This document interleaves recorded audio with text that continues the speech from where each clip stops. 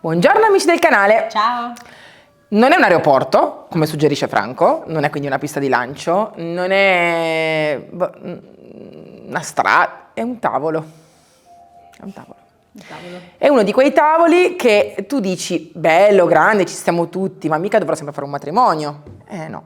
E invece il martirio ha deciso che vuole questo tavolo, quindi mi fa spostare gli altri tavoli, uno probabilmente lo venderò, anzi no, non è vero, lo regalerò e uno lo sposterò e questo qua dovrà stare in salone dove usciremo noi, dove non ci sarà nessun altro mobile, ma per fortuna lui sarà felice perché avrà finalmente il suo tavolo. Quindi non solo a voi capita di andare a compromessi, scendere a compromessi con le persone con cui vivete in casa, tra colori, pitture, lo posso colorare no, ma anche a me. E oggi decoriamo questo bel tavolo, coloriamo questo bel tavolo con tutta la procedura perché come vedete le tavelle che lo allungano sono molto grezze e bisogna renderlo perfetto. Sì. Quindi partiamo.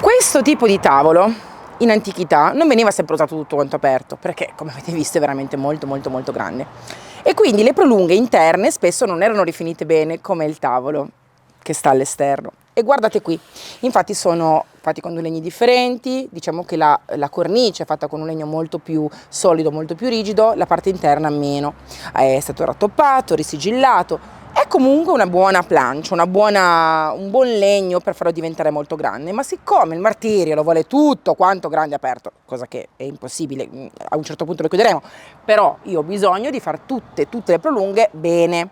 Allora parto come? Parto carteggiando perché devo andare comunque a lisciare e togliere via le impurità. Questi tavoli venivano sempre usati con dei mollettoni, con delle tovaglie, quindi erano ben protetti, non si vedeva sotto e tendevano a non rifinirli. Io però quando lo terrò tutto quanto aperto, lo voglio anche utilizzare spesso e sovente con le prolunghe a vista e quindi lo devo rifinire bene. Prima carteggio con una carta 80 e poi carteggio con una carta 220. Perché lo so? Perché ho fatto un test. Quindi ricordatevi sempre che nessuno nasce imparato, quindi se io a volte vi consiglio delle cose è perché su questo tipo di legno ho constatato che facendo un test in un punto nascosto, quella è la grana migliore. Dovete farlo anche voi, perché non è detto che voi sul vostro tavolo dovete usare la mia stessa grana. C'è qualcuno per esempio che userebbe una 60, errato. Un legno così morbido, con una grana così grezza, così grossolana, andrebbe sicuramente ad avere delle graffiature, delle rovinature che sono assolutamente brutte e non si sistemano facilmente.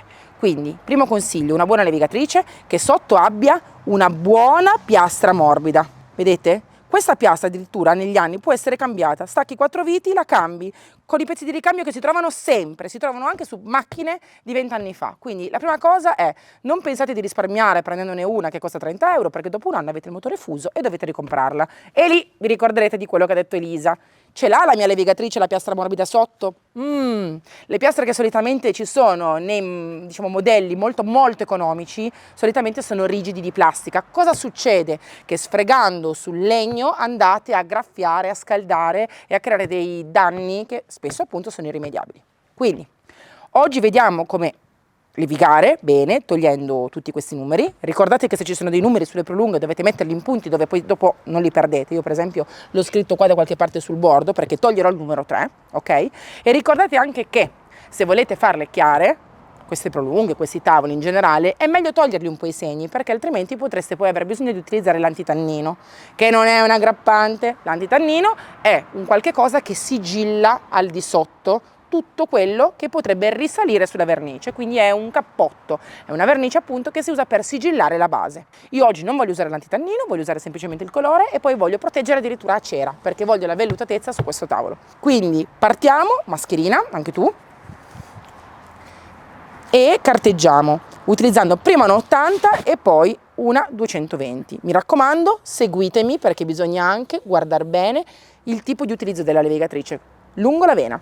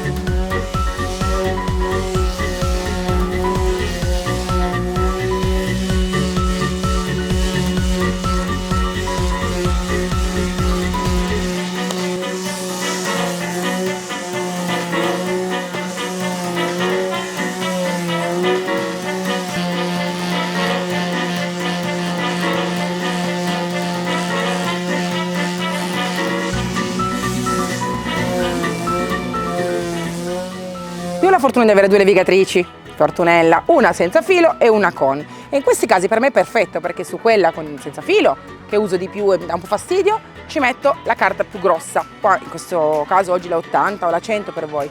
E invece qua ci metto la più fine, 220, 240. In questo modo non devo stare lì a fare il cambio. Ora, mi raccomando, guardate, perché vi sembra già perfetta, ma quando passate la mano dopo la carta 80 e poi con la carta più fine cambia tutto.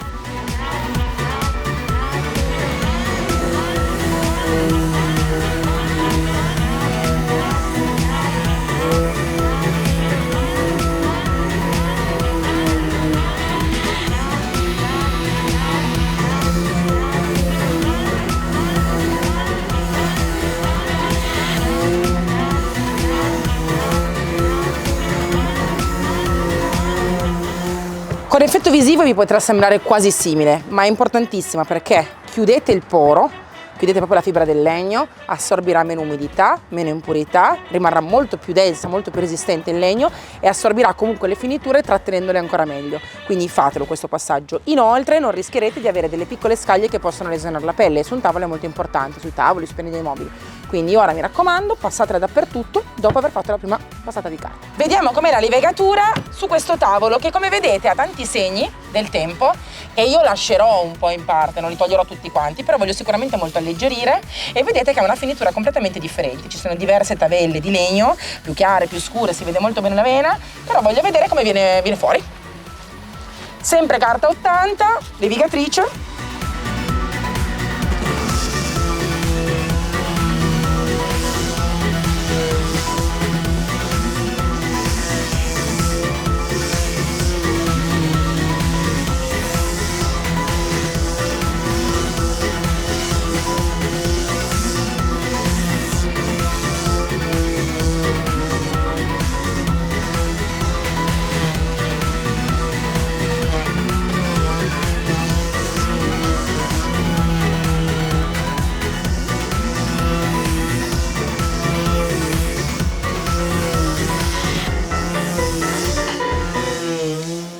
Faccio sognare, scherzi a parte, vi faccio vedere il nuovo colore Magic Paint Castellamonte. Tra un po' lo misceliamo con corteccia, sì, vero? Abbiamo scelto queste due nuance da accostare per fare un restyling molto, diciamo forse oggi classico, sì, però elegante. Castellamonte ha proprio il colore della ceramica cotta, quindi Castellamonte è la nostra città dove noi produciamo Magic Paint ed è anche la città, la patria della ceramica. Infatti qua ci sono tantissime aziende che producono ancora oggi manufatti in ceramica con gli stampi antichi. Quindi ci siamo ispirati a questa bellissima nuance della ceramica cotta per fare questo colore. Stendiamo una prima mano pura su tutto col pennello a punta. Noi usiamo un punta 4, fatelo se avete un bel tavolo o comunque un bel mobile con fregi come il nostro, perché vi facilita un sacco il lavoro. Intingo, carico bene il pennello che ha un serbatoio all'interno e può essere veramente sfruttato al 100% e coloro tutta la superficie. Occhio a non fare gocce perché sono il nostro nemico, unico nemico, le gocce. Non vi spaventate se la prima mano ovviamente non copre alla perfezione al 100%, vi assicuro che la seconda lo farà.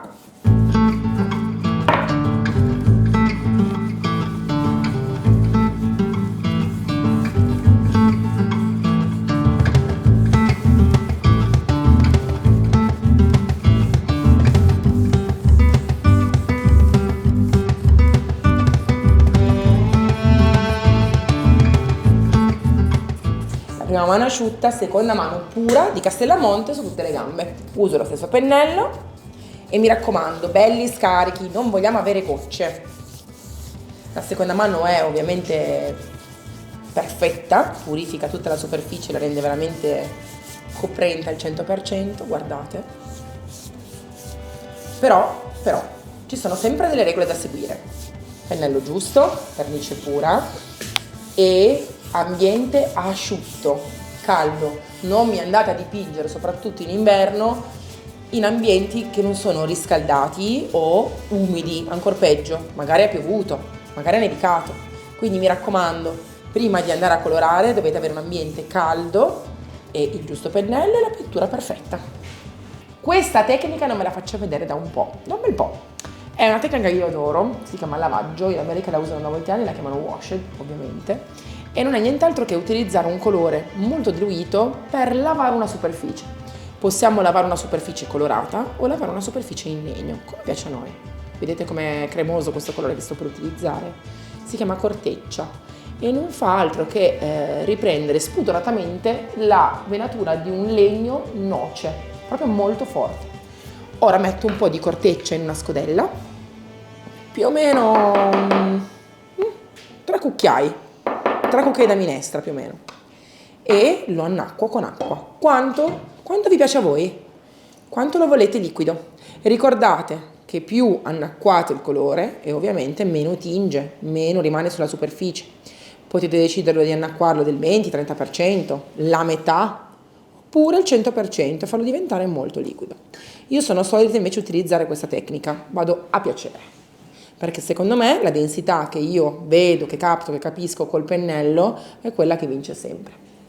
Io è inutile che diluisco troppo, a me piace che ci sia una densità buona, giusta per fare questa anticatura, ma io sono solita comunque alleggerire questa tonalità con un pannettino in microfibra, come quello che ho qua adesso.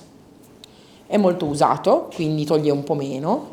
Lo uso dal peletto più lungo, perché sapete che hanno 2 peletti, da una parte è più corto di solito, da una parte è più lungo. Lo metto bello piatto e faccio quello che sto per fare adesso. A me questa nuance piace da morire. C'è solo un errore che non dovete mai, ripeto, mai fare quando si fa il lavaggio. Non andare in profondità. Vedete? Io uso sempre il pennello a punta oggi, perché devo andare in profondità. Guardate, devo andare in profondità nel mio fregio e non lasciare nessun punto non colorato in profondità. Quelle sono le ombre, devono essere tinte. Andrò fino a qui. Cercherò di non lasciare segni, alleggerendo il più possibile.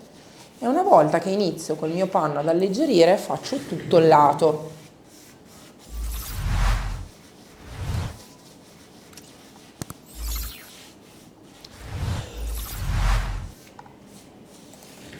Ovviamente non mi dimentico il bordo. Avete visto quanto colore ho preso? Pochissimo, una passata proprio solo. Ovviamente non vogliamo neanche qua le gocce, quindi occhio a non lasciarle assolutamente. Faccio bene anche il bordo, che non voglio brutte sbavature, poi dopo lo ripulisco. E parto ad alleggerire dal lato, solo perché non voglio che mi rimanga questa brutta pennellata, che poi potrebbe rimanere evidente. E anche qua. Ok? Lo faccio anche dall'altro lato. In questo modo le parti di congiunzione non andranno poi a macchiare. E ora inizio.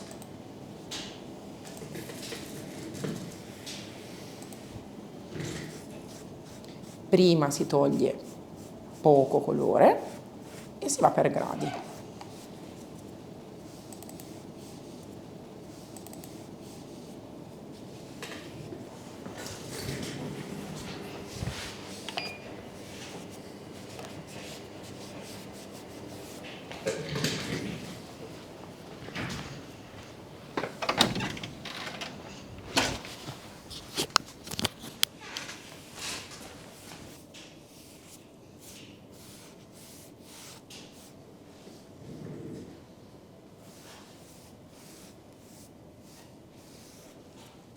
Panno asciutto.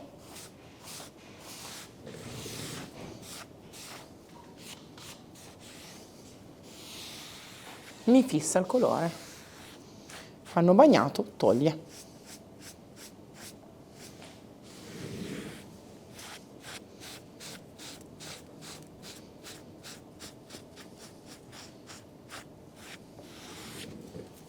Guardate ora, qua ne ho ancora molto. Panno bagnato toglie il colore.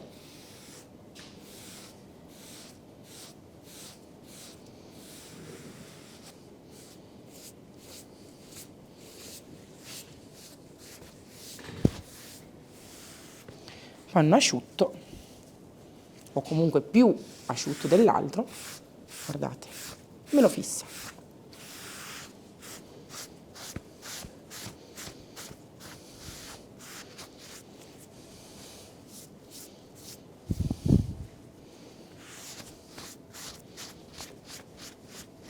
E voilà.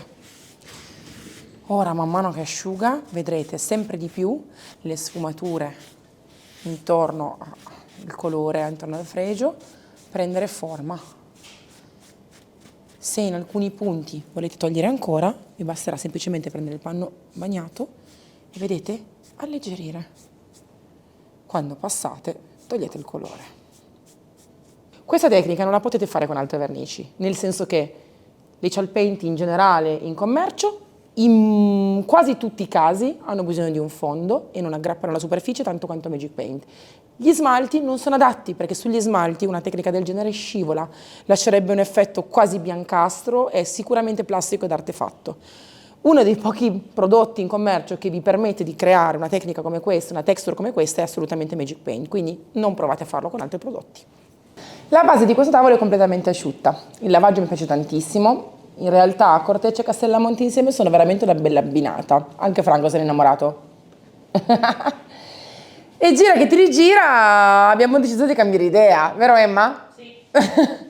Emma è lì che sta rifinendo un pezzo del tavolo e abbiamo deciso di lasciarla naturale, perché è vero, le nostre planche sono completamente differenti, perché hanno due legni differenti, agglomerati tra di loro, ma è forse proprio questo il bello? E non abbiamo voglia di scurire o schiarire questo piano, anche se inizialmente ero titubante, avrei voluto fare un lavaggio o più chiaro o più scuro rispetto alle gambe.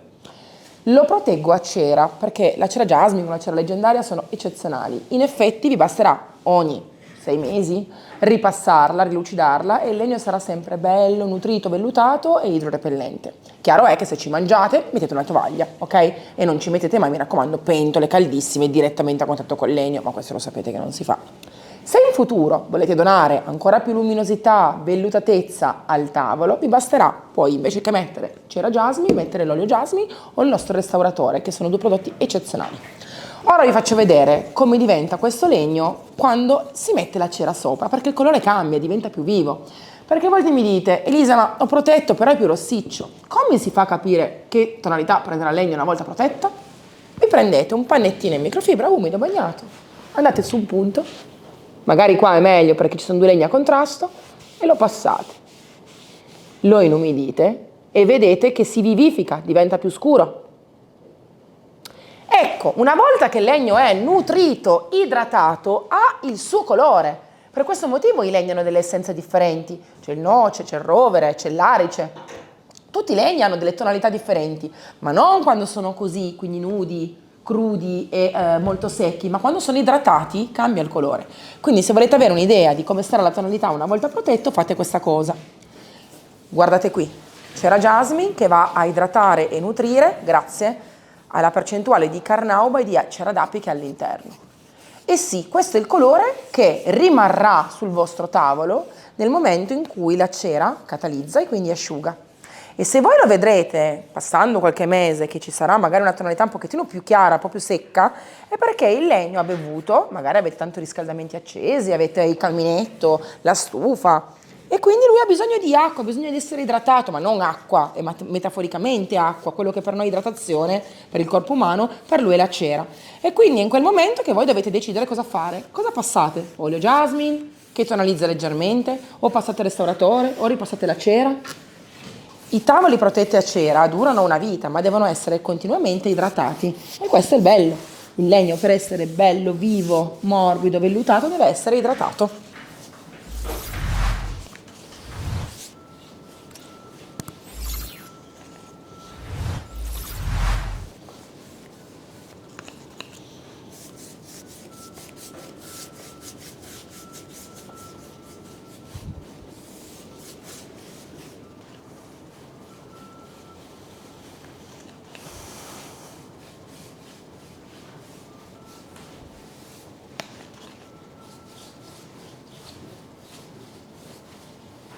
Un velo di cera anche sulla parte colorata. Guardate come diventa bello questo colore una volta che è protetto ed idratato.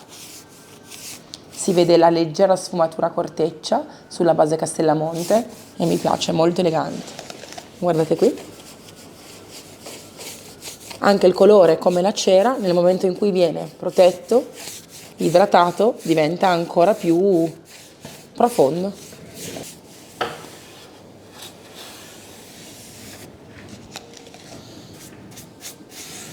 Il tavolo è al suo posto. Sì. Ti dico la verità, ha ragione Stefano, è enorme per ospitare tanti amici, però è piacevole, sta bene. Poi magari lo ridurrò un pochettino, che ne so, adesso facciamo passare Natale, poi a gennaio lo riduciamo un attimino, vero Emma? Certo. Però nel momento in cui l'ho portato qua a casa mi sono resa conto che un'ultra idratazione sarebbe veramente perfetto. Noi abbiamo steso la cera stamattina, sono passati circa 5-6 ore dalla stesura della cera, abbiamo massaggiato e ora stendiamo anche il restauratore. Fatelo perché cambia veramente tutto. Allora, Emma, io lo stendo. Sì. E tu poi per favore me lo massaggi. Usate pure tranquillamente lo stesso pennello della cera o dell'olio jasmine, non c'è nessun tipo di problema, ok? L'unica accortezza che dovete sempre avere con il restauratore è di massaggiare immediatamente con uno straccio di cotone. Ora guardate, io faccio il mio lavoro e lo liscio fin qua con il pennello e ora Emma passa subito il panno in modo liscio. Questo ci aiuta ad avere veramente una finitura bella, idratante e diciamo non lucida, ma un luminoso molto naturale. Perfetto. Ora io continuo, lo faccio su questo pezzo, su questo e poi tutto il resto, ovviamente anche sulle prolunghe.